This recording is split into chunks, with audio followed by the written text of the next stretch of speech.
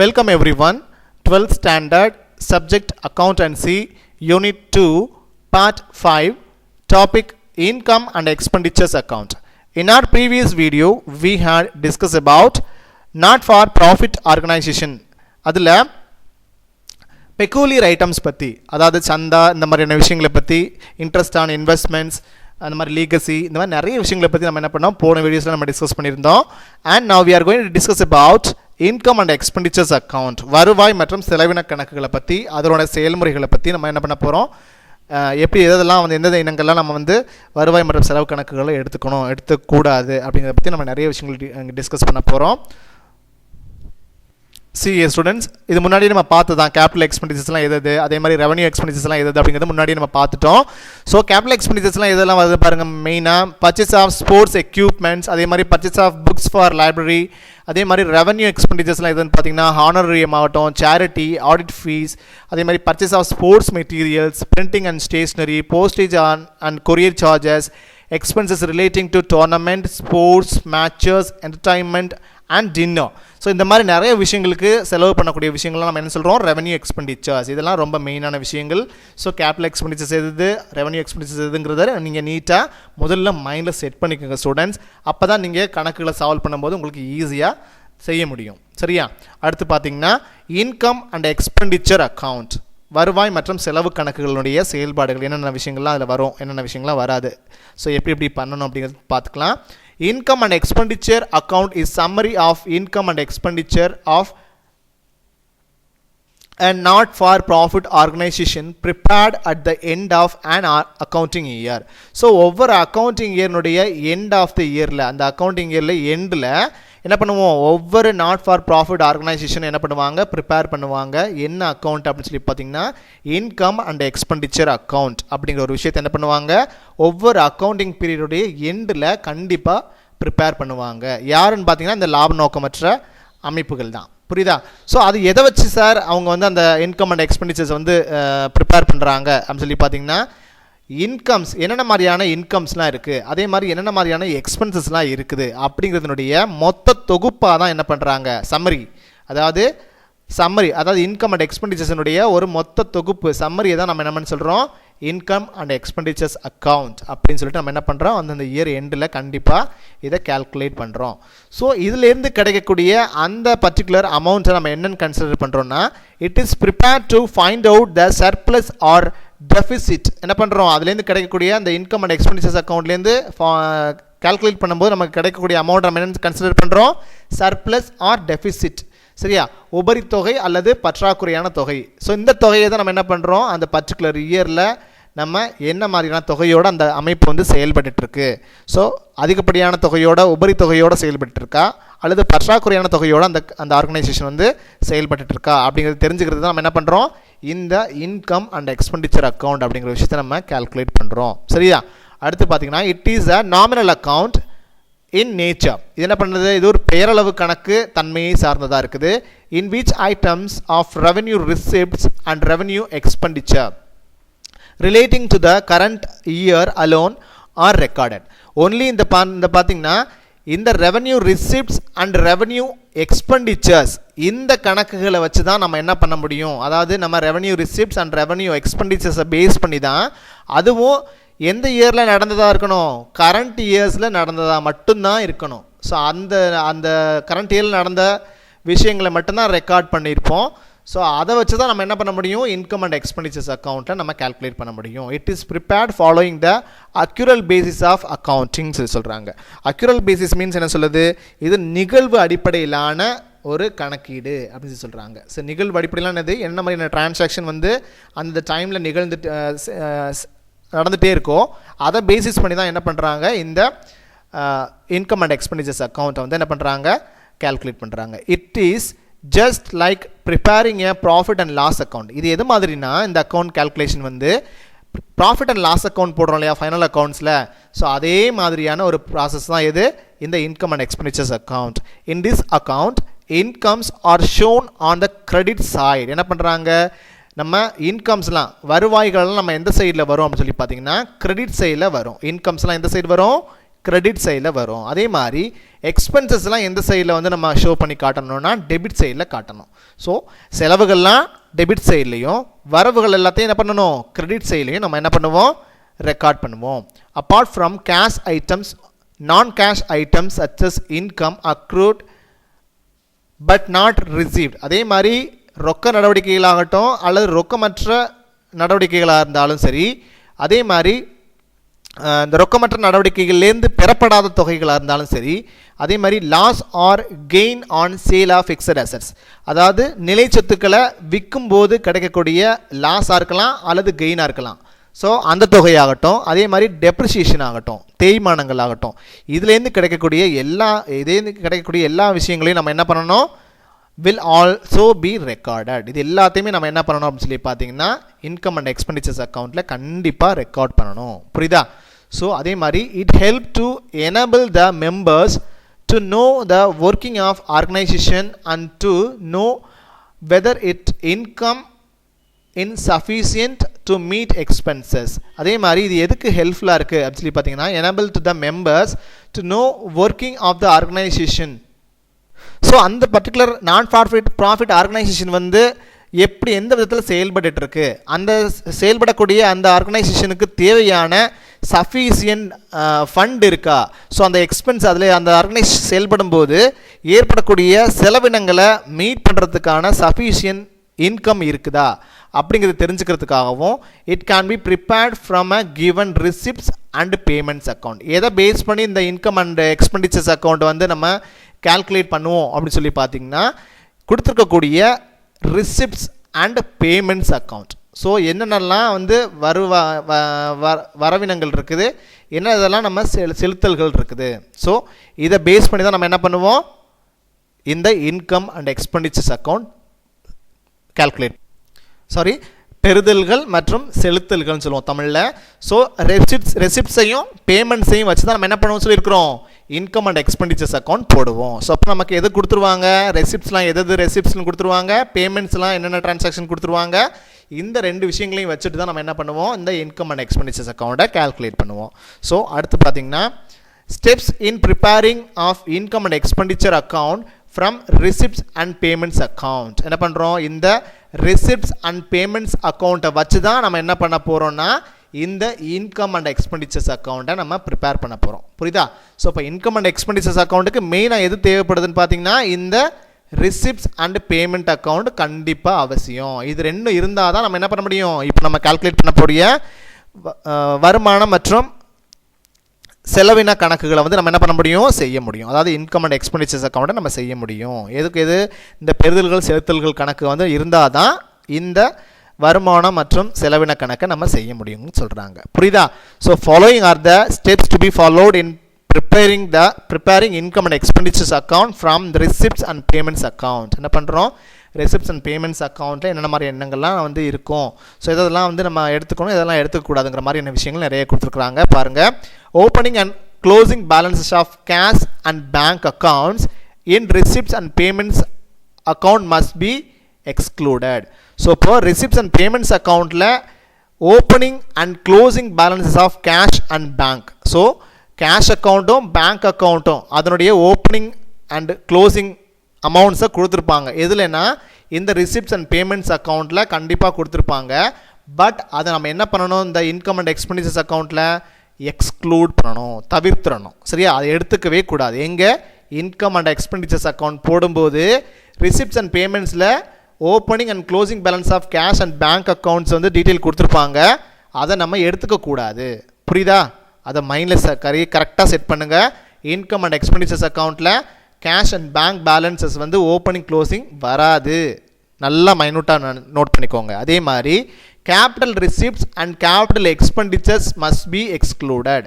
So அதே மாதிரி capital receipts ஆகட்டும் கேபிட்டல் எக்ஸ்பெண்டிச்சர்ஸ் ஆகட்டும் முதலின வரவுகளாகட்டும் அதே மாதிரி முதலின செலவுகளாகட்டும் இது ரெண்டையுமே நம்ம என்ன பண்ணணும் கண்டிப்பாக தவிர்க்கணும். சரியா? எங்கே இன்கம் அண்ட் எக்ஸ்பெண்டிச்சர்ஸ் அக்கௌண்ட்டில்.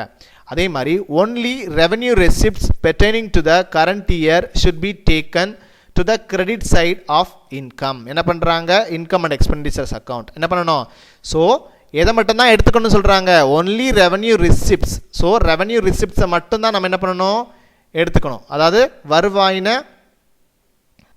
வரவுகள். ஸோ வருவாயின வரவுகளை மட்டும்தான் நம்ம என்ன பண்ணணும், அதுவும் அந்த பர்டிகுலர் கரண்ட் இயரில் வந்திருக்கக்கூடிய அந்த வருவாயின வரவுகளை மட்டும்தான் நம்ம என்ன பண்ணணும், கணக்கில் எடுத்துக்கணும். அதுவும் எந்த சைடு வரும், credit side of income and expenditures account. So இப்போது அந்த கரண்ட் இயரில் நம்ம அந்த நடப்பாண்டில் ஏற்பட்டிருக்கக்கூடிய வருவாயின வரவுகள், அதாவது ரெவன்யூ ரிசிப்ட்ஸை என்ன பண்ணணும், கண்டிப்பாக நம்ம இன்கம் அண்ட் எக்ஸ்பெண்டிச்சர்ஸில் எடுத்துக்கணும். அது எந்த சைடில் வரும், இன்கம் அண்ட் எக்ஸ்பெண்டிச்சர்ஸில் கிரெடிட் சைடில் வரும். ஸோ அதே மாதிரி டியூ அட்ஜஸ்ட்மெண்ட்ஸ், ஒரு சில விஷயங்களை நம்ம அட்ஜஸ்ட்மெண்ட்ஸ் பண்ணணும். அது எதெல்லாம் பார்த்தீங்கன்னா, should be made for income received in advance. So அட்வான்ஸாக நம்ம ஏதாவது இன்கம்ஸை வந்து ரிசீவ் பண்ணியிருந்தோம்னா, அதே மாதிரி income accrued for current year, அதே மாதிரி அந்த நடப்பாண்டில் ஏதாவது இன்கம்ஸ் வந்து நம்ம க்ரியேட் பண்ணியிருந்தோம்னா, அதே மாதிரி and for amount relating to the previous year R years. சரியா, முந்தைய ஆண்டில் ஏதாவது வருமானங்களை அல்லது முந்தைய ஆண்டுகளில் ஏதாவது வருமானங்களை நம்ம ஈட்டியிருந்தோம்னா அந்த மாதிரியான விஷயங்கள் நம்ம வந்து நமக்கு கொடுத்துருந்தாங்க அப்படின்னு சொன்னால் நம்ம அதுக்கு உரிய சரிக்கட்டுதல்கள் செய்யணும். அதாவது அட்ஜஸ்ட்மெண்ட்ஸ் கணக்குகளை செய்யணும். புரியுதா?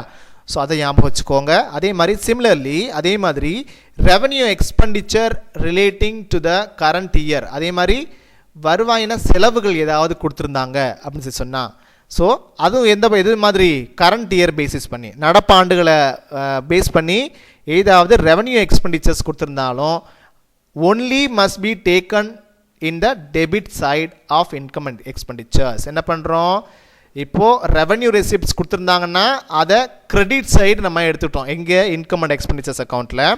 அதே மாதிரி ரெவன்யூ எக்ஸ்பெண்டிச்சர்ஸ் கொடுத்துருந்தாங்க அப்படின்னு சொன்னால் என்ன பண்ணுவோம், இன்கம் அண்ட் எக்ஸ்பெண்டிச்சர்ஸில் டெபிட் சைடு அதை எடுத்துப்போம். புரியுதா? ஸோ ரெவன்யூ ரிசிப்ட்ஸை கிரெடிட் சைடில் எடுத்துப்போம், ரெவன்யூ எக்ஸ்பெண்டிச்சர்ஸை டெபிட் சைடில் நம்ம எடுத்துப்போம். புரியுதா? அதுலேயும் அட்ஜஸ்ட்மெண்ட்ஸ் இருக்குது. Adjustments must be made for outstanding expenses, கொடுபட வேண்டிய செலவுகளாக இருக்கலாம் அல்லது ப்ரீவியஸ் இயர், அது எந்த வருஷத்துக்கு வேணாலும் இருக்கலாம், முந்தைய ஆண்டுக்காக இருக்கலாம் அல்லது நடப்பாண்டுக்குள்ளதாக இருக்கலாம் கொடுபட வேண்டிய செலவுகள். அதே மாதிரி for the period of prepaid expenses. So எப்படி அவுட்ஸ்டாண்டிங் எக்ஸ்பென்சஸை முந்தைய ஆண்டுக்கோ அல்லது நடப்பாண்டுகள்லேயோ செய்யப்பட்டு கொடுக்க வேண்டிய செலவுகளாக இருந்ததுன்னா அதை வந்து நம்ம என்ன பண்ணணும், கண்டிப்பாக அதுக்கு அட்ஜஸ்ட்மெண்ட் போடணும். அதே மாதிரி ப்ரீபெய்டு எக்ஸ்பென்சஸ், முன்கூட்டியே செலுத்திய செலவுகள், அதுவும் வந்திருந்தாலும், அதாவது முன்கூட்டியே செலுத்திய செலவினங்கள் வந்து முந்தைய ஆண்டுகளாக இருந்தாலும் சரி, கரண்ட் இயர் நடப்பாண்டுக்குரியதாக இருந்தாலும் சரி, நம்ம என்ன பண்ணணும், கண்டிப்பாக அதற்கு அட்ஜஸ்ட்மெண்ட்ஸ் செய்யணுங்கிறத நம்ம ஞாபகம் வச்சுக்கணும். புரியுதா? ஸோ இப்போ outstanding expenses and prepaid expenses அது வந்து ப்ரீவியஸ் இயராக இருந்தாலும் சரி, கரண்ட் இயராக இருந்தாலும் சரி, நம்ம என்ன பண்ணணும், அட்ஜஸ்ட்மெண்ட்ஸ் செய்யணும். புரியுதா? ஸோ அடுத்து பாருங்கள், any income R expense relating to specific fund, அதாவது ஏதாவது இன்கம் அல்லது எக்ஸ்பென்சஸ் வருமானம் அல்லது செலவினம் எதை பற்றி இருக்கலாம், ஸ்பெசிஃபிக் ஃபண்டை பற்றி. ஸோ ஸ்பெசிஃபிக் ஃபண்ட் மீன்ஸ் என்ன சொல்லுவோம், அதாவது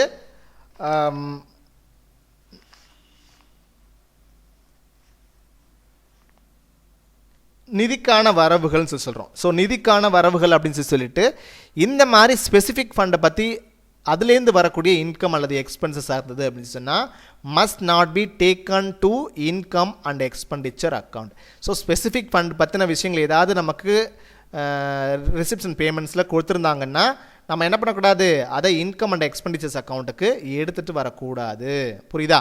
ஸோ நான் cash items such as bad debts, depreciation, loss or gain on sale of fixed assets, அதே மாதிரி வராக்கடன், தேய்மானம், loss or gain on sale of assets, சொத்துக்களை விற்கும்போது கிடைக்கக்கூடிய நட்டம் அல்லது லாபம், அதே மாதிரி ரொக்கம் இல்லாத நடவடிக்கைகள். ஸோ இது எல்லாத்தையும் என்ன பண்ணக்கூடாது, which are not recorded in receipts and payments account, என்ன பண்ணக்கூடாது, இந்த மாதிரி இனங்களெல்லாம் நம்ம எங்கே வந்து ரெக்கார்ட் பண்ணக்கூடாது, ரெசிப்ட்ஸ் அண்ட் பேமெண்ட்ஸ் அக்கௌண்ட்ஸில் நம்ம ரெக்கார்ட் பண்ணியிருக்க மாட்டோம். எங்கே ரெக்கார்ட் பண்ணியிருப்போம்னா must be recorded in income and expenditure account. So இப்போ நம்ம இன்கம் அண்ட் எக்ஸ்பெண்டிச்சர்ஸ் அக்கௌண்ட் தானே போடுறோம். ஸோ அப்போ அதில் என்னெல்லாம் இதை என்ட்ரு பண்ணணும், பேட் டெப்ட்ஸ் வரும், கண்டிப்பாக டெப்ரிசியேஷன் வரும், loss or gain on sale of அசெட்ஸை சேல் பண்ணும்போது வரக்கூடிய லாப நட்டம், இது எல்லாமே எங்கே வரும், இன்கம் அண்ட் எக்ஸ்பெண்டிச்சர்ஸ் அக்கௌண்ட்டில் வரும். ஸோ நம்ம எங்கே ரெக்கார்ட் பண்ண மாட்டோம், ரெசிப்ட்ஸ் அண்ட் பேமெண்ட்ஸ் அக்கௌண்ட்டில் நம்ம ரெக்கார்ட் பண்ண மாட்டோம். புரியுதா? ஸோ அதே மாதிரி the balancing figure of income and expenditure account is either surplus or deficit. So இப்படி நம்ம இன்கம் அண்ட் எக்ஸ்பெண்டிச்சர்ஸ் அக்கௌண்ட் போட்டு அதில் லாஸ்ட்டாக ஒரு தொகையை வந்து நம்ம என்ன பண்ணுவோம், கண்டுபிடிப்போம். ஸோ அது எப்படிப்பட்டதாக இருக்குன்னா, என்ன நேமில் இருக்குன்னா சர்ப்ளஸ் ஆர் டெஃபிசிட். சரியா? உபரி தொகை அல்லது பற்றாக்குறையான தொகை. ஸோ இப்படி தான் என்ன பண்ணுவோம், அந்த வந்து பேலன்சிங் ஃபிகராக நமக்கு லாஸ்ட்டில் income and expenditures account calculate பண்ணும்போது கிடைக்கும். And will be transfer to capital fund in the balance sheet. So இந்த தொகையை வந்து கேபிட்டல் ஃபண்டாக நம்ம எடுத்துப்போம். சரியா? ஸோ இந்த மாதிரி நம்ம கண்டுபிடிக்கக்கூடிய அந்த தொகையை தான் நம்ம என்னென்னு சொல்லுவோம், கேபிட்டல் ஃபண்ட். ஸோ மூலதன தொகை அப்படின்னு சொல்லுவோம். ஸோ மூலதன நிதி அப்படின்னு சொல்லலாம், அல்லது முதலீன நிதி அப்படின்னு சொல்லலாம். ஸோ இந்த மாதிரி ஸோ அந்த தொகையை வந்து எங்கே எடுத்துப்போம், பேலன்ஸ் ஷீட்டில் எடுத்துப்போம். If the total of credit side of income and expenditure account is more than the total of debit side.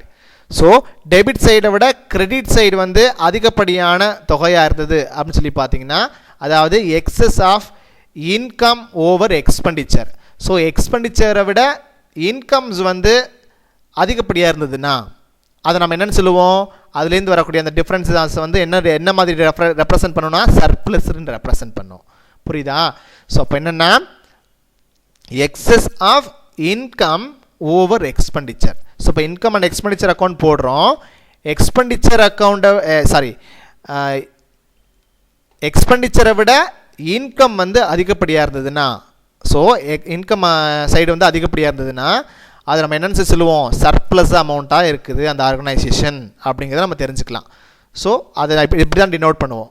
அதே மாதிரி if the total of debit side of income and expenditure account is more than the total credit side. என்ன பண்ணுறாங்க, credit சைடை விட, so credit சைடை விட debit சைடில் மோர் தென் அமௌண்ட்டாக இருந்ததுன்னா, ஸோ அது என்ன சொல்லுவோம், excess of expenditure over income. So இன்கம்மை விட எக்ஸ்பெண்டிச்சர்ஸ் வந்து அதிகப்படியாக இருந்ததுன்னா அதை நம்ம என்னென்னு சொல்லுவோம், டெஃபிசிட்னு சொல்லுவோம். புரியுதா? ஸோ இந்த இன்கம் அண்ட் எக்ஸ்பெண்டிச்சர்ஸ் அக்கௌண்ட் போடும்போது எந்த சைடு அதிகப்படியான அமௌண்ட் இருக்குது அப்படிங்கிறத வச்சு நம்ம கிரெடிட் சைடு இன்கமாகவும் டெபிட் சைடு எக்ஸ்பெண்டிச்சர்ஸாகவும் நம்ம வச்சுருப்போம். புரியுதா? ஸோ அப்போ என்ன பண்ணியிருப்போம், எந்த சைடு அமௌண்ட்ஸ் வந்து நம்ம கூட வருதோ அந்த சைடுக்கு தகுந்த மாதிரி நம்ம என்ன ஆகும், அதனுடைய வக்கீல வரக்கூடிய அந்த டிஃப்ரென்ஸ் அமௌண்ட்ஸ் வந்து நம்ம எப்படி கன்சிடர் பண்ணுவோங்கிறத நமக்கு இங்கே கொடுத்துருக்குறாங்க. புரியுதா? ஸோ அப்போது டெபிட் சைடை, அதாவது மோர் தென் த டோட்டல் ஆஃப் டெபிட் சைடை விட கிரெடிட் சைடு கூட இருந்தது அமௌண்ட் அப்படின்னு சொல்லி சொன்னால் அது என்னன்னு சொல்லுவோம், சர்ப்ளஸ்ன்னு சொல்லுவோம். அதே மாதிரி கிரெடிட் சைடை விட டெபிட் சைடு வந்து அதிகப்படியான தொகையாக இருந்தது அப்படின்னு சொன்னால் அதை டெஃபிசிட்னு சொல்லுவோம். புரியுதா? ஸோ இது ஞாபகம் வச்சுக்கோங்க. அடுத்து பார்த்தீங்கன்னா, ஸோ இதான் பாருங்கள், அதாவது excess of income over expenditure. So income சைடை விட, அதாவது கிரெடிட் சைடை விட டெபிட் சைடு அமௌண்ட் வந்து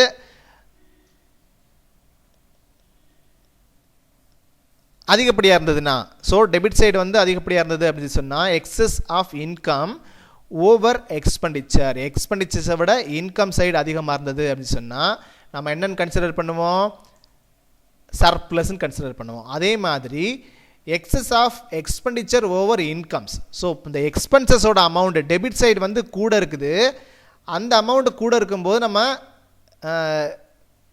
அதுலேருந்து வரக்கூடிய அந்த பேலன்சிங் ஃபிகர் இந்த சைடு கூட இருந்ததுன்னா இந்த பேலன்சிங் அமௌண்ட்டை இங்கே கொண்டாந்து போடுவோம்.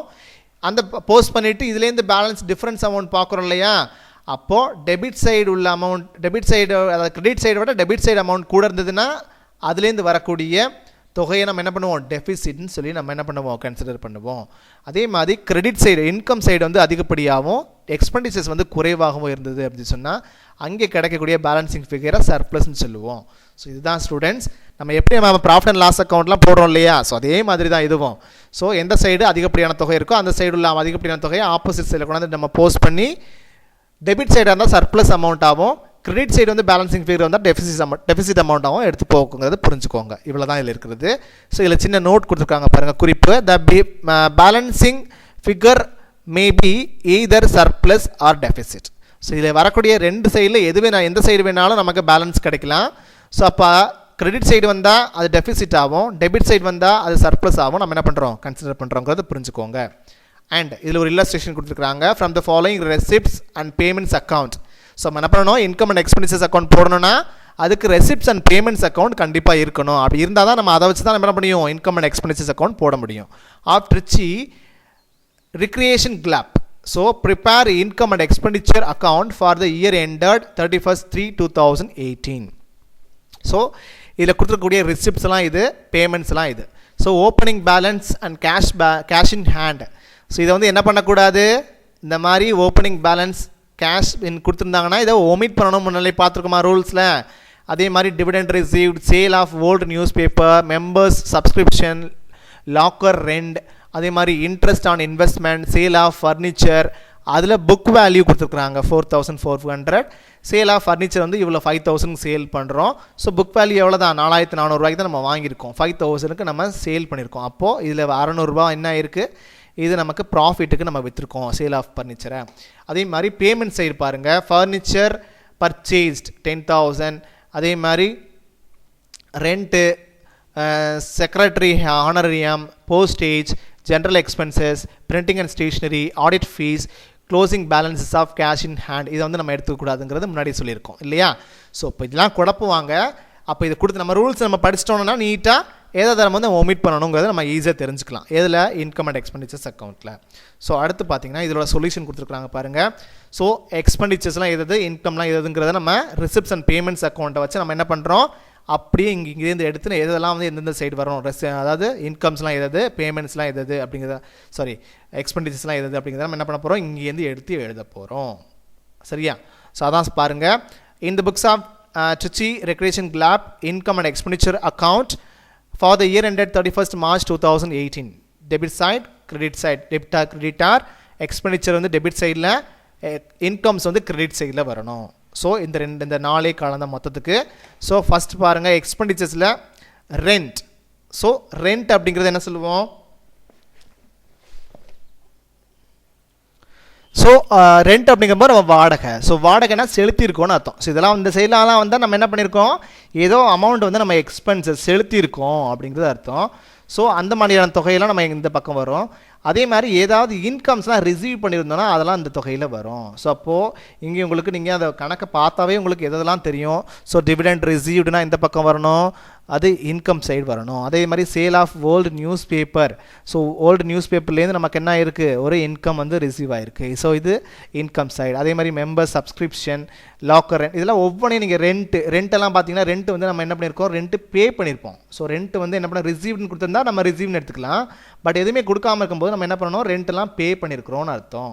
ஸோ இப்போ போஸ்டேஜ்லாம் பே பண்ணியிருப்போம். ஸோ இந்த மாதிரி இதெல்லாம் வந்து என்னது, பேமெண்ட் சைடு வரணும், சாரி எக்ஸ்பெண்டிச்சர் சைடு வரும். ஸோ ரெண்டெல்லாம் என்ன பண்ணியிருப்போம், கொடுத்துருப்போம், பே பண்ணியிருக்கோம் இல்லையா, அதை கொடுத்துருக்கோம். அப்போ நமக்கு என்னது, எக்ஸ்பென்சஸ். அதே மாதிரி போஸ்டேஜ்லாம் நம்ம செலுத்துகிறோம் அப்படின்னு சொன்னால் நமக்கு அந்த சார்ஜ் கொடுக்குறோம் இல்லையா, அப்போ அது நமக்கு செலவு இல்லையா, அது எக்ஸ்பென்சஸ் சைடு வரணும். General expenses. இப்படி எதெல்லாம் வந்து எக்ஸ்பென்சஸ்ஸு, எதெல்லாம் இன்கம்ஸு அப்படிங்கிறத நம்ம இதை பார்த்தாலே தெரியும். அப்படியே எடுத்து ஒவ்வொன்றையும் போஸ்ட் பண்ண வேண்டியது தான். ஸோ இப்போ செக்ரட்டரி ஹானரியம், ஒரு நன்கொடை கொடுக்குறாங்க. அதே மாதிரி போஸ்டேஜ் சார்ஜஸ்ஸு, இதெல்லாம் வந்து அவங்களுக்கு என்னது, செலவு தான். ஸோ ஜென்ரல் எக்ஸ்பென்சஸ் ஒரு செலவு. பிரிண்டிங் அண்ட் ஸ்டேஷ்னரி, ஏதோ நம்ம ஸ்டேஷ்னரி வாங்குகிறோம், அப்போ அது கொடுக்கக்கூடிய அந்த செலவு. அதே மாதிரி ஆடிட் ஃபீஸ், நம்ம ஆடிட் பார்க்குறாங்க, அதுக்கு கொடுக்கக்கூடிய செலவு. இதெல்லாம் எந்த சைடில் வருது, எக்ஸ்பெண்டிச்சர் சைடில் வருது. ஸோ அதே மாதிரி இன்கம்ஸ். ஸோ இதெல்லாம் இன்கம்ஸாக இருக்கும். டிவிடெண்ட் ரிசீவ்டு, அதாவது பங்கு ஆதாயம் பெற்றது. ஸோ இதெல்லாம் வந்து என்னது, incomes. Sale of old news papers, நம்ம நியூஸ் பேப்பர் சேல் பண்ணும்போது நமக்கு அதில் என்ன வருமானம் கிடைக்குது, அப்போ income. So members subscription. So member subscription என்னது, ஒரு சந்தா தொகை வந்து மெம்பர்ஸ்லேருந்து பெற்றிருக்கோம், அப்போ அது இன்கம்ஸ் தான். So locker rent. So locker rent வந்து நம்ம பெற்றிருக்கோம். ஸோ லாக்கர் ரெண்ட்டுங்கிறது என்னது, நம்ம ரிசீவ் பண்ணியிருக்கோம், அப்போது லாக்கர் ரெண்ட் அப்படிங்கிறது இன்கம். அதே மாதிரி இன்ட்ரெஸ்ட் ஆன் இன்வெஸ்ட்மெண்ட். ஸோ நம்ம இன்வெஸ்ட்மெண்ட் பண்ணி அதுக்கு இன்ட்ரெஸ்ட் கிடச்சிருக்கு, அப்போ அதுவும் என்னது, ஒன் ஆஃப் த இன்கம். அதே மாதிரி profit on sale of furniture. So நம்ம ஃபர்னிச்சர் வந்து சேல் பண்ணியிருக்கிறோம், அதை முதல்ல பார்த்தோம். ஸோ 5000க்கு நம்ம என்ன பண்ணியிருக்கோம், சேல்ஸ் பண்ணியிருக்கிறோம். அதனுடைய புக் வேல்யூ என்ன, 4400 தான். ஸோ இது ரெண்டுக்கு இடையில டிஃப்ரென்ஸ் அமௌண்ட் எவ்வளோவா இருக்குது, 600 இருக்குது. அந்த 600 தான் என்னது, நமக்கு ப்ராஃபிட்டாக இருக்கும். ஸோ அப்போது ஸோ இதெல்லாம் ஸோ 5000 மைனஸ் 4400 600 வந்துடுது. அதே மாதிரி பை டெஃபிசிட். ஸோ இப்போ என்ன கிடச்சிருக்கு அப்படின்னு சொல்லி சொன்னால் எந்த சைடு வந்து அதிகப்படியான தொகை இருக்குங்கிறத நம்ம பார்க்கணும். ஸோ அதிகப்படியான தொகை வந்து இந்த சைடில் தான் இருக்குது. ஸோ 45,000 இங்கே இருக்குது பாருங்கள், 4000 15,000 இதெல்லாம் இருக்குது. ஸோ இதை ஆட் பண்ணும்போது 73,850 நமக்கு கிடைக்குது. ஸோ அப்போ அந்த அமௌண்ட் அப்படியே என்ன பண்ணுறோம், கிரெடிட் சைட் போஸ்ட் பண்ணுறோம். ஸோ போஸ்ட் பண்ணி இந்த இதுலேருந்து கிடைக்கக்கூடிய இந்த தொகையை நம்ம என்ன பண்ணுறோம், இது எல்லாத்தையும் ஆட் பண்ணுறோம், அந்த தொகையோட இங்கே மைனஸ் பண்ணுறோம். சரியா? ஸோ இதோட மைனஸ் பண்ணும்போது நமக்கு என்ன கிடச்சிருக்குது, 2400 கிடைக்குது. ஸோ அப்போது இது என்ன தொகையை நம்ம கன்சிடர் பண்ணுறோம்னா டெஃபிசிட்னு கன்சிடர் பண்ணுறோம். ஏன்னா கிரெடிட் சைடு வந்து பேலன்சிங் ஃபிகர் கிடச்சிது அப்படின்னு சொன்னால் நம்ம என்ன சொல்லுவோம், அதை டெஃபிசிட்னு சொல்லுவோம். அப்போ அந்த பர்டிகுலர் ஆர்கனைசேஷன் வந்து பற்றாக்குறையான தொகையோடு தான் செயல்பட்டு இருக்குது அப்படிங்கிறது நமக்கு தெளிவாகுது. அப்போது excess of expenditure over income. சரியா? ஸோ எக்ஸஸ் ஆஃப் எக்ஸ்பெண்டிச்சர் என்னது, இந்த செலவுகளை விட இன்கம்மை விட செலவுகள் தான் அதிகப்படியாக நடந்திருக்குது அப்படிங்கிறது தெரிய வருது. அப்படி நடந்ததுன்னா நமக்கு என்னது, டெஃபிசிட்னு அர்த்தம். புரியுதா? ஸோ இவ்வளோ தான் ஸ்டூடெண்ட்ஸ். இதில் ஏதாவது டவுட் இருந்தால் என்னோட நம்பருக்கு கால் பண்ணி கிளியர் பண்ணிக்கோங்க. அன்டில் தென், பாய் ஸ்டூடெண்ட்ஸ்.